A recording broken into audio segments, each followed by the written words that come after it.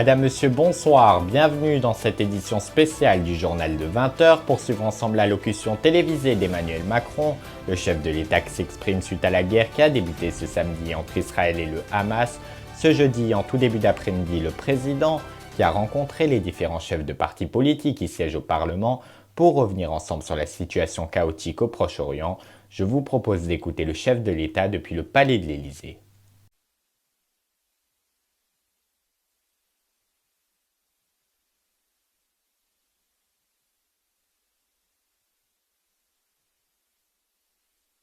Françaises, Français, mes chers compatriotes, Israël a connu samedi l'attaque terroriste la plus tragique de son histoire.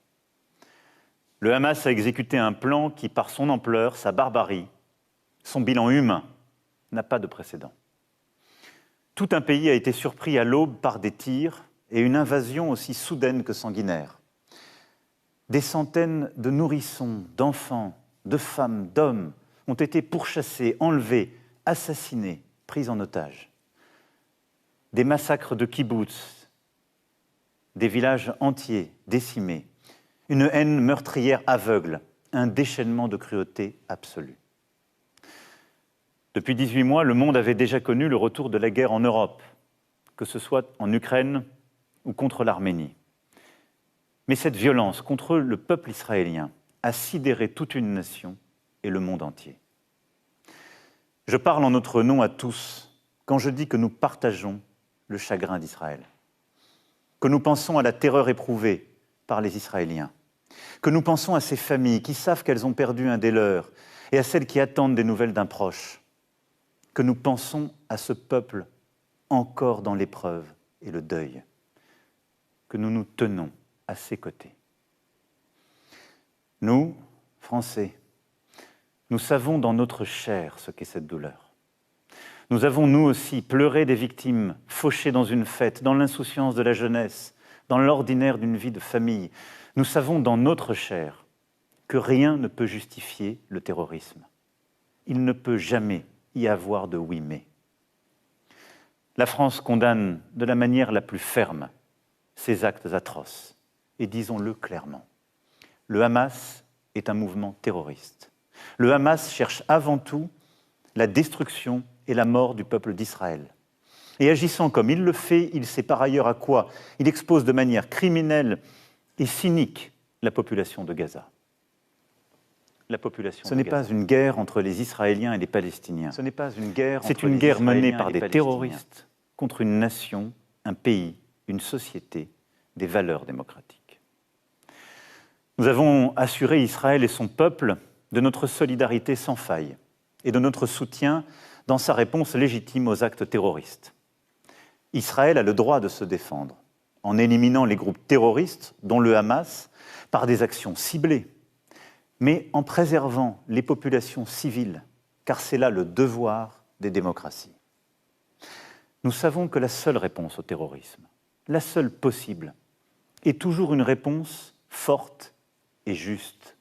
Forte parce que juste. Nous sommes aussi liés à Israël par la douleur du deuil. À cette heure, 13 de nos compatriotes sont morts lors de ces attaques. Jamais, depuis l'attentat de Nice en 2016, autant de Français n'avaient été assassinés par des terroristes. Et ce sont tous les Français qui ce soir les pleurent. Comme nous nous inquiétons pour le sort de nos 17 compatriotes, enfants et adultes, portés disparus et sans doute, pour certains d'entre eux, retenus en otage. Je pense ce soir aux familles. Je veux leur dire que la France met tout en œuvre, aux côtés des autorités israéliennes et avec nos partenaires, pour les faire revenir sains et saufs dans leur foyer, car jamais la France n'abandonne ses enfants.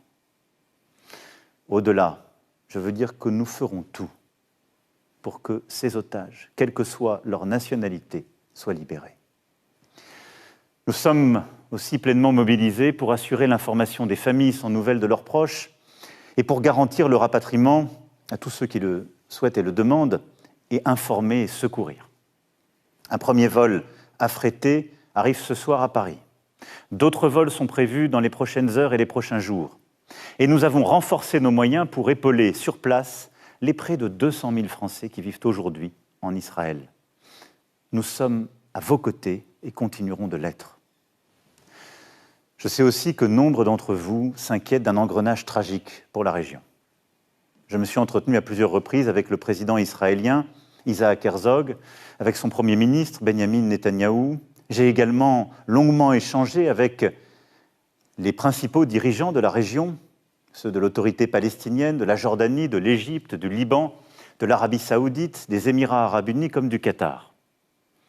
Avec nos principaux alliés européens et américains, nous partageons les mêmes priorités. Apporter un soutien ferme et complet à Israël, éviter toute extension du conflit aux pays voisins, notamment au Liban, et coordonner l'action humanitaire internationale. Nous ne pouvons pas nous résoudre à une guerre sans fin dans cette région. La lutte contre le terrorisme ne peut remplacer la recherche de la paix. Et les conditions d'une paix durable sont connues. Ce sont des garanties indispensables pour la sécurité d'Israël et un État pour les Palestiniens. C'est la ligne que la France défend avec constance, qu'elle continue à défendre sans varier et qu'elle continuera de porter. Je le redis, la sécurité de l'État d'Israël, la lutte résolue pour l'éradication du terrorisme dans la région et le respect des aspirations légitimes de chacun forment pour nous un ensemble indissociable. Et ceux qui confondent la cause palestinienne et la justification du terrorisme commettent une faute morale, politique et stratégique. Forte de sa clarté et de sa constance, la France a la responsabilité d'agir toujours pour la paix et le dialogue. Elle le fera. Mes chers compatriotes, cet événement est un séisme en Israël, au Proche-Orient et bien au-delà. Cette barbarie heurte profondément la conscience humaine universelle. Et elle touche plus particulièrement nos compatriotes de confession juive. Notre premier devoir est d'assurer leur sécurité et celle de tous nos concitoyens sur le sol national et de ne laisser prospérer aucune parole, aucun acte antisémite, aucune stigmatisation. Je sais l'inquiétude, la peur parfois qu'il y a en ce moment même chez beaucoup d'entre vous, et je veux le redire ce soir. La République sera là pour vous protéger et elle sera impitoyable avec tous les porteurs de haine. Dès samedi, j'ai demandé au gouvernement de renforcer nos mesures de protection des écoles, des lieux de culte et de culture. 582 d'entre eux ont vu leur sécurisation accrue. 10 000 policiers et gendarmes sont mobilisés. Et nos armées sont engagées dans le cadre de l'opération Sentinelle. Les procureurs ont reçu l'instruction de poursuivre avec la plus grande sévérité les actes antisémites et les apologies du terrorisme. Nous sommes d'une vigilance absolue aussi face aux expressions de haine sur les réseaux sociaux et évidemment à la menace terroriste. Mais notre devoir, dans ce moment que nous vivons, est de rester unis comme nation et comme République. C'est ce bouclier de l'unité qui nous protégera de tous les débordements, de toutes les dérives, de toutes les haines. Souvenons-nous de toutes les graves crises que nous avons traversées ensemble. Souvenons-nous de la façon dont nous avons fait bloc chaque fois face au terrorisme. Je sais, je le disais, la peur de nos compatriotes de confession juive, que cette résurgence là-bas de la violence antisémite soit le prétexte ici de paroles, d'injures, d'actes qui les viseraient. Et je mesure aussi l'inquiétude de nos compatriotes de confession musulmane que les amalgames l'emportent sur la raison. Nous combattons et combattrons toujours pour que nul sur notre sol n'ait peur. Ni suspicion, ni division entre nous ne doivent exister au sein de la nation. Gardons à l'esprit que l'antisémitisme a toujours été le prélude à d'autres formes de haine. Un jour envers les Juifs, le lendemain envers les chrétiens, puis les musulmans, puis toutes celles et ceux qui sont encore l'objet de haine en raison de leur culture, leur origine, leur genre. Ne menons pas chez nous des aventures idéologiques par imitation, par projection. N'ajoutons pas, par illusion ou par calcul, des fractures nationales aux fractures internationales. Et ne cédons rien face à toute forme de haine. Dans ce moment que nous vivons, mes chers compatriotes, nous devons condamner le terrorisme et défendre nos valeurs de fraternité et de laïcité. C'est le sens même de la rencontre que j'ai initiée tout à l'heure avec l'ensemble des responsables de partis politiques représentés au Parlement et les présidents des 3 chambres constitutionnelles. Ce fut un échange de respect, du pluralisme, de la diversité des opinions, mais surtout de concorde et d'unité. Cette unité républicaine est une force pour nous-mêmes, pour notre cohésion, et pour pouvoir porter la voix singulière et universelle qu'est celle de la France. Je vous le demande ce soir, restons unis. Unis pour nous-mêmes, unis pour porter ensemble un message de paix et de sécurité pour le Proche-Orient. C'est ainsi que nous serons à la hauteur de notre propre histoire, celle d'une république qui protège chacun et d'une nation qui défend l'idéal de paix. Je nous fais confiance pour cela. Vive la République, vive la France.